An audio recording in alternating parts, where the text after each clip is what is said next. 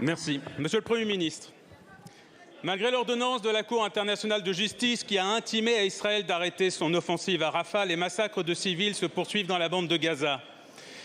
Et les enfants palestiniens continuent à se faire déchiqueter, brûler, amputer, affamés, sans la moindre réaction sérieuse de votre gouvernement.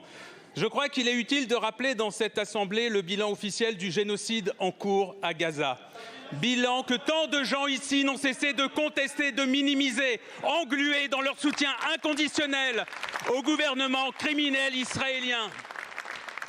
À Gaza, depuis octobre, 45 000 personnes ont été tuées ou sont portées disparues, parmi lesquelles 15 000 enfants. Plus de 80 000 personnes ont par ailleurs été blessées. Ce bilan représente 40 fois le bilan des atrocités du 7 octobre. Gaza, depuis 8 mois, c'est la douleur permanente.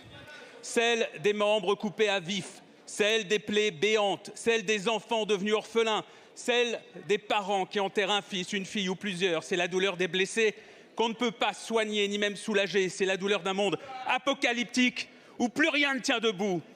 Gaza est aujourd'hui un ghetto où l'armée israélienne extermine un peuple que la France a abandonné.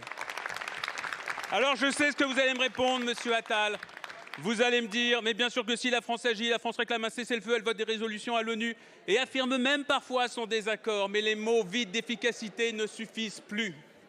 La non-réponse de votre gouvernement aux atrocités que subissent les Palestiniens est une complicité qui fait de notre pays la honte de l'Europe.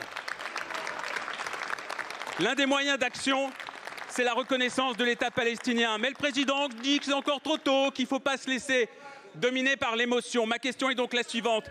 Qu'est-ce que vous attendez exactement? Qu'il n'y ait plus de Palestiniens vivants qui puissent habiter cet État?